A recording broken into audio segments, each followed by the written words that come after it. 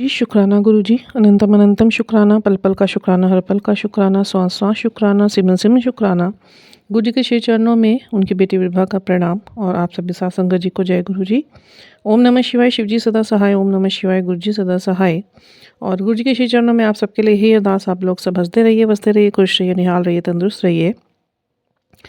करना मैंने सत्संग रिकॉर्ड था, बट एक आंटी जी से बात हुई कॉल पे, और कुछ लोगों के मैंने सत्संग सुने जिसमें मैं बहुत टाइम से देखती आ रही हूँ, कमेंट्स में भी अगर वो लिखते हैं तो वो थोड़ा सा गुरुजी की इन डिसरिस्पेक्ट में लिख बैठते हैं, जाने अनजाने बैठते हैं, जानबूझ के नहीं करते हैं। तो मुझे ये चीज़ बड़ी बुरी लगती है। पहले भी जिन चैट ग्रुप्स में मैं रही हूँ व्हाट्सएप पे, उन्हें छोड़ने का कारण एक ही रहा, या मुझे उन चैट ग्रुप्स से हटाने का भी, उन लोगों का भी कारण एक ही रहा, क्योंकि मैंने हमेशा गलत को गलत बोला। देखिए, मैं आपको लोगों को बताना चाहती हूँ, हाथ जोड़ के ये विनती है और अपील है मेरी कि जब भी आप जय गुरु जी कहीं पे भी लिखते हैं, तो जय जय का जे बड़ा बनाएं, गुरु गुरु का जी जी बड़ा बनाएं।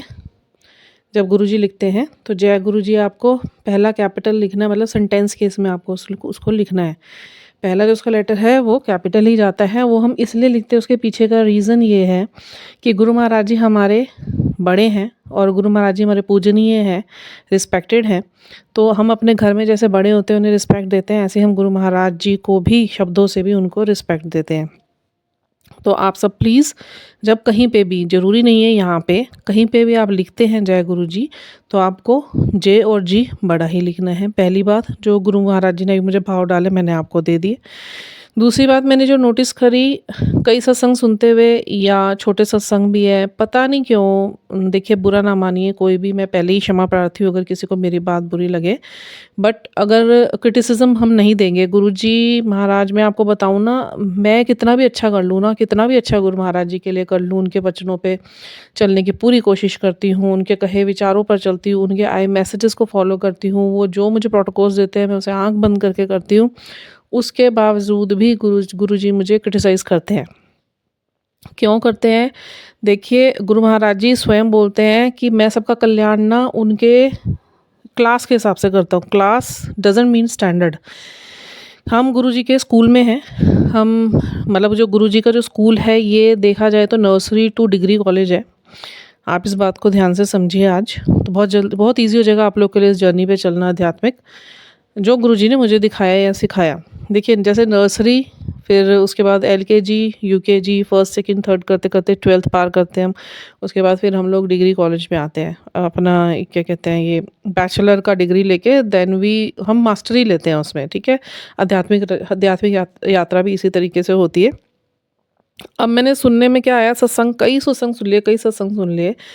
कई तो बड़े अच्छे सत्संग होते हैं जो वाक़ई डिविनिटी से भरे हुए होते हैं, और कई सत्संग तो ऐसे होते हैं, रो रही होती हैं यार, बंदे रो रही होती हैं, आंटियाँ लिटरली, गुरुजी महाराज मेरे पास पैसा नहीं है, बस मेरे पैसे की कमी पूरी कर दो। ऐसे बेमतलब का रोते हैं, अजीब-सा लगता है। और अभी एक सत्संग सुन रही थी तो गुरु महाराज जी, मेरे पति मुझे डिवोर्स देना चाहते हैं, मैं बच्चों के साथ कहाँ जाऊँ? बस मेरा तो कुछ करो, मेरा कुछ नहीं हो सकता, मेरे घर वाले मुझे मार देंगे। मतलब अपनी पर्सनल लाइफ को इस तरीके से पब्लिक में उछालने का कोई मतलब नहीं बनता। देखिए, कुछ शब्द अच्छे नहीं लगेंगे, बट बोलना बहुत ज़रूरी हो रहा है यहाँ पे। बीइंग योर सोल सिस्टर, मैं भी चाहती हूँ कि चीज़ें जो हमें पता चली है तो हम आगे लाइट स्प्रेड करें, ताकि आप लोग, जो गलतियाँ दिख रही हैं मुझे या सुनने में आ रही हो, जो गुरुजी मुझे भाव डालते हैं, कि मैं इन शब्दों में पिरोकर आप लोगों तक पहुंचाऊं, क्योंकि हर कोई डिकोडिंग नहीं कर पाता है, इसीलिए वो परेशान हो जाता है। नहीं तो जिसके जीवन में गुरु महाराज जी, उसे चिंता करने की तो कोई ज़रूरत ही नहीं होती। और गुरु महाराज जी स्वयं बोलते हैं, यदि मेरा जिक्र है तो फ़िक्र मत कर, और फ़िक्र है तो फिर मेरा जिक्र मत कर। साफ बोलते हैं वो, फिर मेरे पास आने की ज़रूरत नहीं है, मेरी उस्तत करने की ज़रूरत नहीं है। मांगोगे मेरे से, तुमने अपनी बुद्धि से इतना सही मांगना है, और उसके बाद फिर मेरी ब्लेसिंग्स ख़त्म हो जाएंगी। तुम मुझे समझ नहीं पाते, तुम मुझको मांगो, गुरु को कोई नहीं मांगता। रब से हमेशा रब को मांगना चाहिए, क्योंकि रब ने ही हमें बनाया, वो हमारी हर छोटी बड़ी चीज़ के बारे में जानते हैं। और दूसरी बात, हमारे अंदर ये लालच का भाव तो होना ही नहीं चाहिए कि मेरे, देखिए गुरु महाराज जी ने हमें जीवन दिया है, जब हमें वो भूखा नहीं सुलाते, ना कल भूखा सुलाते हैं, ना आज भूखा सुलाते हैं। पत्थर के अंदर के कीड़ों तक का पेट भरते हैं, कीड़ों के अंदर के कीड़ों का भी वो पेट भरते हैं। और डाल पे बैठी सोती चिड़िया को नहीं गिरने देते, उड़ता हुआ पंछी नहीं गिरने देते, पत्ता उनकी रज़ा के बगैर नहीं हिलता। तो आप ये सोचिए कि वो क्या हमारे बारे में नहीं जानते होंगे। बट पब्लिकली मेरे को बड़ा दुख हुआ, मेरा मन खंडित हुआ इस वजह से। मैं बहुत टाइम से सोच रही थी, बट मुझे अच्छा नहीं लग रहा था बोलते हुए कि भई इस तरीके से आप अपना पर्सनल, बिल्कुल ही डीप पर्सनल आप पब्लिकली क्यों उछाल रहे हैं।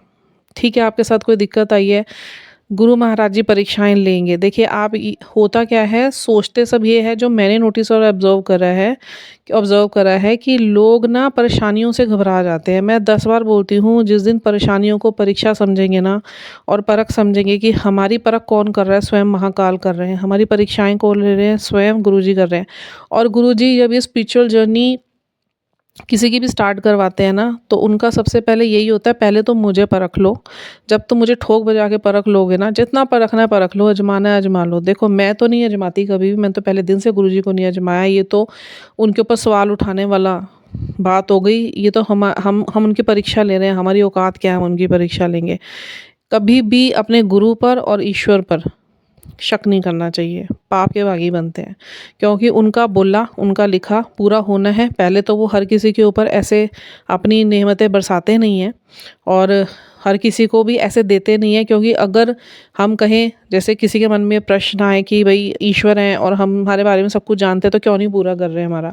एक छोटी सी बात का मुझे जवाब दीजिए बस। अगर वो हर किसी के ऐसे बिना बोले ही और उसके एफर्ट्स के बगैर ही उसका पूरा करने लग जाएंगे, तो उनको तो पापियों को भी ना माफ़ करना पड़ेगा। धरती तो फिर डिसबैलेंस हो जाएगी। बैलेंस के लिए तो ब्रह्मा विष्णु महेश जी ने अलग अलग अपने डिपार्टमेंट्स लिए हैं। एक ने पालन का, एक ने सृजन का, एक ने संहार का। अगर वो भी इसी तरीके से हर एक की आंसू देख के और उन्हें पूरा करने लग गए, तो उन्हें तो हर किसी को माफ़ करना पड़ेगा और हर किसी का ही पूरा करना पड़ेगा। प्राकृतिक संतुलन एकदम बिगड़ जाएगा। तो इस चीज़ को थोड़ा सा समझने की ज़रूरत है। मेरी अपील यही है कि आप लोग छोटी छोटी चीज़ों के लिए देखिए बैगिंग करना बंद कीजिए। पहली बात, अपने घर के पर्सनल मैटर्स को ऐसे उछालना पब्लिकली बंद कीजिए। हर किसी के पास गुरुजी महाराज अवेलेबल हैं, हर किसी की ज़िंदगी में गुरु महाराज जी घुले हुए हैं। आपको करने की ज़रूरत सिर्फ इतनी है कि आप गुरु महाराज जी से अपना कनेक्शन 1 to 1 सेट कीजिए। मैसेजेस को लेके भी बहुत कुछ देखने को मिला, मेरा भी मन खंडित हुआ। आज मेरी ये कौन सी आंटी का मेरे पास फ़ोन आया था, शीतल आंटी का मेरे पास फ़ोन आया था। उन्होंने यहीं मेरे आईडी पे ही एक बार मुझे नंबर मांगा था बात करने के लिए, कुछ पूछना था उन्होंने, किस चीज़ की उनकी दुविधा थी। तो गुरु महाराज जी ने, मैं बेअंत शुक्राने करती हूँ कि मेरा यूज़ करा और मैं उनको बताने में थोड़ा सक्षम हो पाई हूँ और वो मेरे कनेक्शन में है। तो गुरु महाराज जी जो आगे कराना चाहेंगे तो ज़रूर होगा। बेअंत शुक्राने गुरु महाराज जी के। तो नेगेटिव थंबनेल्स, देखिए आप लोग यूट्यूब पे या सोशल मीडिया पे, एफबी पे, इंस्टा पे गुरुजी से कहीं ना कहीं किसी माध्यम से जुड़े हैं, मैसेजेस सबको आते हैं। अब मैसेजेस में क्या हो रहा है, शुरू में मैंने भी नोटिस किया था कि मैसेजेस अच्छे आ रहे थे क्योंकि गुरु महाराज जी सत्संग सुनने को बोलते, तो डेफिनेटली हम लोग को सत्संग सुनने, क्योंकि नहीं तो हमारा विश्वास ही पक्का नहीं होगा। अब गुरु महाराज जी ने तो सत्संग इसलिए शुरू करवाए थे कि हम लोगों का विश्वास पक्का हो सके, पर यूट्यूब पे चैनल बना के लोग उसको बाजार की तरह चला रहे हैं, कमाइयों का साधन बना रहे हैं। और जबकि सबको पता है गुरु महाराज जी सब कुछ देख रहे हैं, हमारे सोशल मीडिया अकाउंट्स पे गुरु महाराज जी की नज़र है, हमारे अंदर किस भाव से हम क्या काम कर रहे हैं उनको सब पता है। वो हमारे हर बात पे नज़र रखे हुए हैं, हमारी हर हरकत पे नज़र रखे हुए हैं, हम किससे बात कर रहे हैं, क्या बात कर रहे हैं। भाई वो एक साथ करोड़ों जगह पे एक साथ रहते हैं। पहली बात तो वो हमारे हृदय के अंदर हैं, क्योंकि हम उन्हीं की ऊर्जा में से निकली हुई छोटी छोटी ऊर्जाएं के पुंज हैं। इतनी भूल कर रहे हैं ना लोग यहाँ पे। अब कर क्या रहे हैं, वो थंबनेल्स डाल रहे थे नेगेटिव, तेरा विनाश हो जाएगा, अभी सुन ले नहीं तो तेरे पति के साथ ये कांड हो जाएगा, अभी सुन ले नहीं तो तेरा बेटा बीमार हो जाएगा। इतने गंदे नेगेटिव थंबनेल्स डालते हैं ये लोग, नहीं डालने चाहिए। मेरी अपील है इन लोगों से। देखिए मैं निंदा किसी की नहीं कर रही हूँ, गुरु महाराज जी मुझे क्षमा करें अगर मेरे शब्दों में निंदा झलक रही हो। मेरा कहने का मतलब ये है कि हम लोग देखिए किस चीज़ पे आश्रित हैं। या तो हम 1 to 1 कनेक्शन सेट कर लें और ये भूल जाएं, फ़ोन को कम से कम स्क्रॉल करें सिर्फ गुरु महाराज जी से कनेक्ट होने के लिए, उनके स्वरूप के दर्शन के लिए। और कोई आप देखिए ये चीज़ ना आप लोग को समझनी पड़ेगी, डिकोडिंग करनी पड़ेगी कि कौन सी चीज़ आपके लिए बेहतर है, कौन सी नहीं है। थंबनेल्स जो बिल्कुल ही वियर्ड हो, नेगेटिविटी से भरे हो, तो उस चीज़ की तरफ आप मत जाइए। और गुरु महाराज जी ने आप तक कुछ पहुंचाना होगा तो डेफिनेटली वो कॉज देते हैं, 3 कॉज उनकी ज़रूर आती है। वो सत्संग बार बार आपके सामने ज़रूर आता है, तो वो आपके अंदर भाव ज़रूर डालेंगे, आपके अंदर एक बेचैनी स्टार्ट हो जाएगी, मैं इसे सुनूं, या कहीं ना कहीं और ऐसा इंडिकेशन दे देंगे कि आपको सुनना है। आप पॉजिटिव थंबनेल्स के सब सत्संग सुनिए, बिल्कुल सुनने चाहिए। बट जो ये बहुत नेगेटिविटी फैला रहे हैं ना, इसको थोड़ा-सा ना आप लोग अप्रोच करिए, मना करिए, डिनाय करिए इनको, इनके चैनल्स को देखने के लिए। इन लोगों को तभी शायद कहीं जाके बुद्धि आए और गुरु महाराज जी इनको सद्बुद्धि दें। और ये जो कमाने के ज़रिए बना रहे हैं, चैनल्स शेयर करना, ज़बरदस्ती अपनी वडियाइयाँ शुरू कर देना, या लोगों के बीच में उनको बोलना आगे सब्सक्राइब करो। आप यकीन नहीं मानेंगे, मैं आपको एक छोटा-सा इंसिडेंस बताती हूँ, गुरु महाराज जी की ताकत कितनी बड़ी है। मेरे से जब गुरु महाराज जी ने ये यूट्यूब चैनल स्टार्ट किया था, मेरा कोई भी दूर-दूर तक कोई मेरा अंदर विचार नहीं था कि मैंने यूट्यूब चैनल पे मैं सत्संग इस तरीके से मैं शेयर करूँगी। मैं सच्ची बता रही हूँ, गुरु महाराज जी के सामने बैठी हूँ, झूठ मैं कभी बोलती नहीं। तो मैं सत्संग में जाती थी और वहाँ पे क्या होता था, मेरा मन तो साफ़ था बट लोगों के मन में ना जेलसी भाव बहुत थे।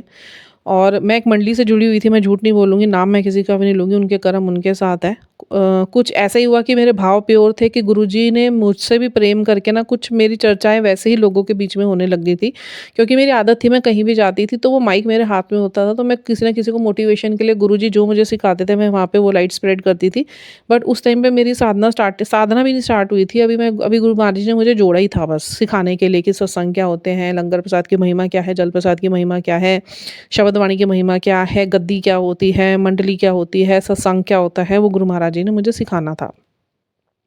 वो जोड़ा मुझे, और कई चीज़ें मेरे लाइफ में, कई चीज़ों से मुझे मोटिवेशंस देने के लिए वो शुरुआती दौर चल रहा था।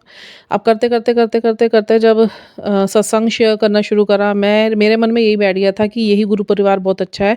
अपने फैमिली वाले तो धुतकार देते हैं, कभी भी कुछ भी कह देते हैं, ट्रिगर्स दे देते हैं, तो हम उनके सामने कुछ कह भी नहीं सकते। और इक्वल गिव एंड टेक पे कुछ भी ऐसी चीज़ नहीं हो पा रही है फैमिली के बीच में कि कभी मेरे बड़े हैं, मैं नहीं कह सकती उन्हें कुछ, या कुछ कहती हुई तो सारी बात मेरे ऊपर ही आ जाती है, बेमतलब का सब कुछ ब्लेमिंग मेरे ऊपर हो जाती है, without any reason and without any मेरे मिस्टेक। तो एक दुनिया बनी। गुरु महाराज जी से यही सुना हमेशा कि तुम्हारे लिए मैं परिवार बना के जा रहा हूँ और ये परिवार हमेशा तुम्हारे काम आएगा, और वाक़ई में मैंने उन्हें बिल्कुल अपना सोल फैमिली की तरह ही लिया। मैंने पूरा प्यार दिया भी और कइयों से लिया भी, कई अच्छे लोग भी मिले डेफ़िनेटली। तो गुरु महाराज जी की तरफ से बेअंत शुक्राने। कुछ लोग ऐसे भी दिखाए, एक्चुअली गुरु महाराज जी ने मुझे फेसेस दिखाने थे कि दुनिया कैसी होती है।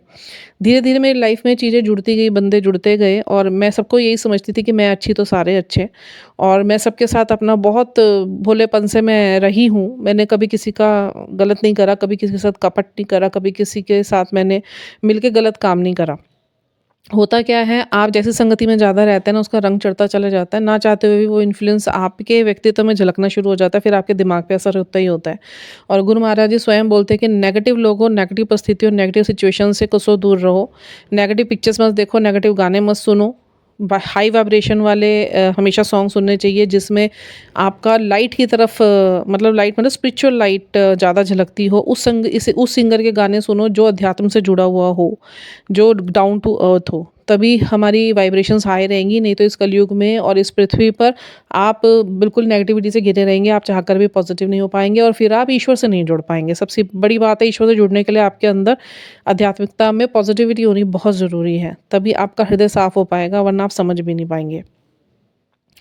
तो क्या हुआ, जो मेन कुछ बंदे थे, उनके नेचर मुझे नहीं पता था। मुझे लगता कि they are my well wishers, but धीरे धीरे गुरु महाराज जी के मैसेज आते थे, मैं तुझे सबके चेहरे दिखाऊंगा। और जब गुरु महाराज जी ने मुझे चेहरे दिखाने शुरू करे ना, 10 में से एक बंदा भी मेरी लाइफ में नहीं बचा। 9 के 9 गुरु महाराज जी ने टॉक्सिक बोल के कि ये लोग जिसे तू अपना समझती थी ना, तेरे लिए गलत मंशाएं लेके बैठते थे और आगे जाके तेरे लिए जहर साबित होने थे। और वाक्य में वही घटित हो रहा था जो गुरु महाराज जी ने मुझे इनके चेहरे दिखाने से पहले इंडिकेशन दिया था कि अब तू देख, मैं तुझे एक एक करके दुनिया के चेहरे दिखाऊंगा।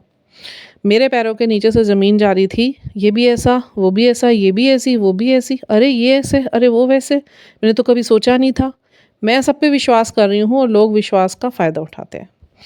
पीठ पीछे बैक बिचिंग, गॉसिपिंग, नेगेटिव आपके लिए मुँह पे तू मेरी, तू मेरी, तू मेरी, तू बहुत अच्छी, इस तरीके की सारी चीज़ें सामने आई।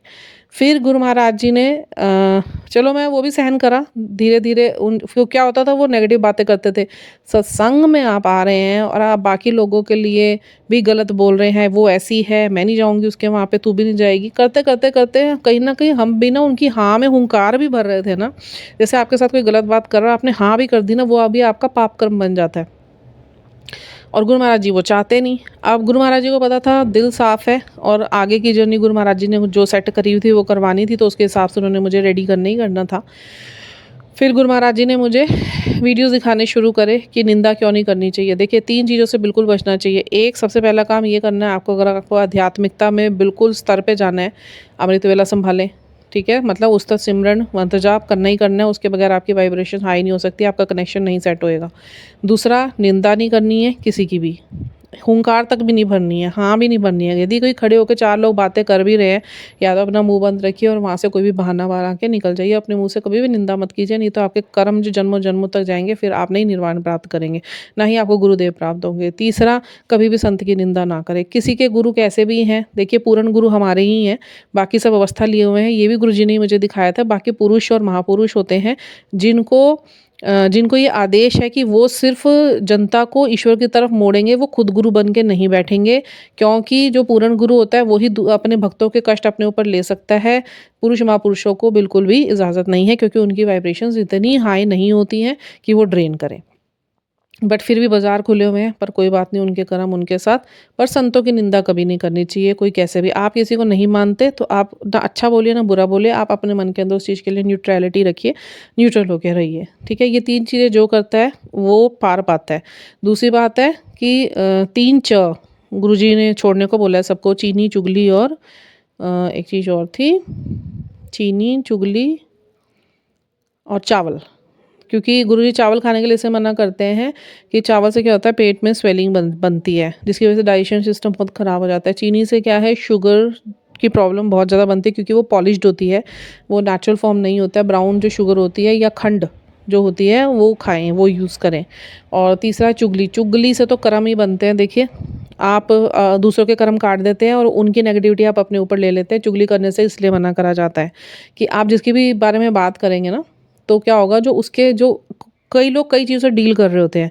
कोई अपने पास्ट कार्मिक्स में फंसा हुआ होता है, कोई लड़ाई झगड़ों के बीच में फंसा हुआ होता है। किसी की लाइफ में कोई लेवल होता है, किसी की लाइफ में कोई लेवल होता है। मतलब अध्यात्म के ना लेवल होते हैं, इंसानी जीवन के भी लेवल होते हैं। तो इसीलिए किसी के बारे में बोलने के लिए मना करा जाता है कि उसके तो आप कर्म काट रहे हो, और जो उसके जीवन में चल रही होगी नेगेटिविटी, वो आपकी लाइफ में 100% ही फिल होगी और वो चिपक जाएगी।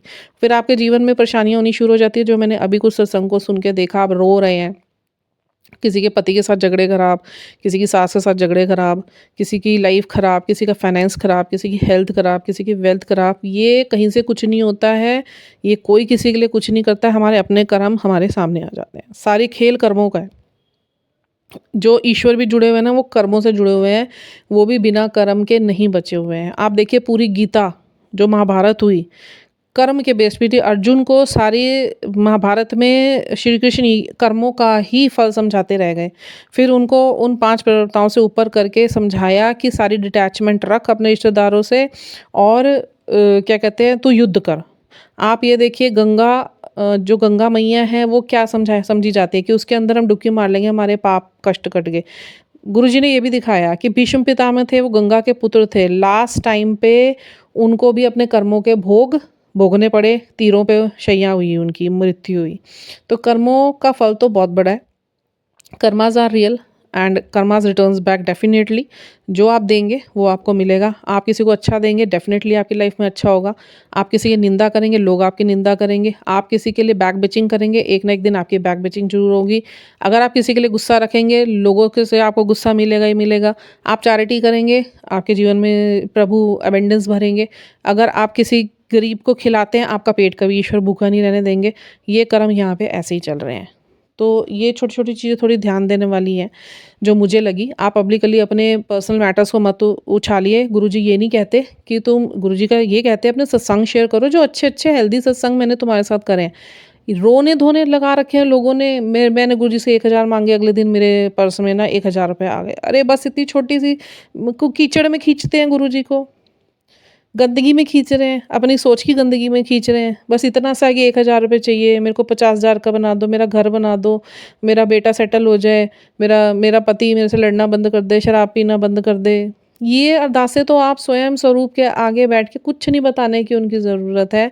उनकी सेवा कीजिए, उनसे प्रेम कीजिए, उनसे अपना कनेक्शन सेट कीजिए। डेफ़िनेटली गुरु महाराज जी सबकी सुनते हैं और अपनी अरदासें खुद लगाइए। मैंने सुना सत्संग में, एक नहीं हज़ारों सुने कि आप आंटी जी मेरा सत्संग शेयर करके मेरी अरदास लगवा दीजिए कि लोग लोग अरदास करें। अरे लोग खुद ही इतने कार्मिक से फँसे हुए हैं, जिनके खुद इमोशनल कप्स खाली हैं, वो आपके लिए क्या अरदास करेंगे? पहले उनकी अरदासें तो लग जाएँ। आप लोग अपनी अरदास खुद लगाइए और उसका एक ही तरीका है, गुरुजी के साथ ध्यान में बैठिए, मंत्र जाप करिए, श्वास-श्वास सिमरन चलाइए, जय गुरु जी, जय गुरु जी, जय गुरु। उठते, बैठते, सोते, जागते आप करिए, क्यों नहीं अरदासें पूरी होती? अरदासें पूरी होती हैं। पर उसके लिए एफर्ट्स आपको करने पड़ेंगे, क्योंकि ईश्वर जो हमारे शिव शिव महापुराण में मैंने एक अध्याय पढ़ा था, उसमें देखा आप ये देखिए, सती से पार्वती और काली तक बनने का सफ़र ना हज़ारों सालों का रामा का। ठीक है? कितनी तपस्या उन्हें करनी पड़ी महाशिव को प्रसन्न करने के लिए कि वो शादी के लिए हाँ कर दे। और उस दौरान भी इतनी कठिन तपस्या माँ पार्वती ने करी थी, जब वो सती से पार्वती रूप में आई थी, जब उन्होंने जन्म लिया था हिमालय जी के घर में, और उनकी माता का नाम मैना था। तो उनको जब नारद जी ने बोला था कि भई उनको उनको शिव के प्रति आसक्ति हो गई थी, तो उनको बताया गया था पिछला जन्म आपका सती का था और आप पार्वती हो, आप बने ही शिव के लिए हैं, पर आपको शिव को प्रसन्न करना पड़ेगा। तो शिव को प्रसन्न करने के लिए मैंने जितनी भी ये शिव महापुराण अभी तक पढ़ी है ना, आप यकीन नहीं मानेंगे, उसमें इतनी कठिन तपस्याएं ऋषियों महर्षियों देवताओं दानवों ने करी है ना। और माँ सती ने तो शिव जी को पाने के लिए कितने जन्म लग गए उन्हें, और शिव जी के प्रसन्न नहीं हो पा रहे थे वो। मतलब पार्वती रूप में भी जब उन्होंने तपस्या स्टार्ट करी ना, हजारों वर्षों की तपस्या के बावजूद शिव जी असक्त होकर बैठे हुए थे कि मैं नहीं पड़ूंगा इन चक्रों में, क्योंकि मैं एक मेडिटेटर हूँ। और मैंने देख लिया है क्योंकि सती के टाइम पे भी उन्होंने, जब सती जी खंडित हुई थी, उनका शरीर खंडित हुआ था, दक्ष की पुत्री बनी थी वो, और उन्होंने देह कर दिया था, अपने आत्मदाह कर लिया था। और गुरु महाराज जी ने जब उनके शरीर लेके, क्योंकि गुरु महाराज जी को शिव जी को भी उस टाइम पे उनसे आसक्ति हो चुकी थी, उनसे बहुत अटैचमेंट हो चुकी थी, तो फिर उन्होंने अपने आप को अपने हृदय पे कंट्रोल करा। फिर वो पार्वती रूप में आई, सब याद था शिव जी को, बट उसके बाद उन्होंने कहा था कि मैंने दुनिया संभालनी है, मैं इस तरीके आसक्ति में नहीं पड़ सकता। बट क्योंकि तय था ये, और उनका कार्तिकेय जी का जन्म होना था, गणेश जी का जन्म होना था, इस पृथ्वी के उद्धार होने थे, वैल्यूज़ सेट होनी थी, तो इस चक्कर में माँ पार्वती को ही तपस्या करनी पड़ी। और उस तपस्या से भी वो हानि भर रहे थे। तब जाके नारद जी, ब्रह्मा जी और विष्णु ने जाके उन्हें समझाया, ताकि भाई पृथ्वी के उद्धार के लिए आपको ये करना पड़ेगा। भाई ये राक्षस पैदा हो गया जब तक आपका, और ये उसने ये वरदान लिया है ब्रह्मा जी से कि भाई आपके जब शिव जी का कोई पुत्र होगा तो मैं उसी के हाथों मरूंगा, और आपको तो अब ये जन कल्याण के लिए करना पड़ेगा। वो भी उन्होंने जन कल्याण के लिए फिर पार्वती जी से शादी करी, बट प्रेम उनका बहुत है पार्वती जी से। फिर माँ काली तक बनने का सफ़र आप ये देखिए। शिव जी इतने बड़े तांत्रिक, तंत्रों के ज्ञाता, जिन्होंने तंत्र मंत्र बनाए, और शमशान के सबसे बड़े वो हैं वो मालिक। ठीक है, भूत प्रेत गण सब उनके हाथों के नीचे।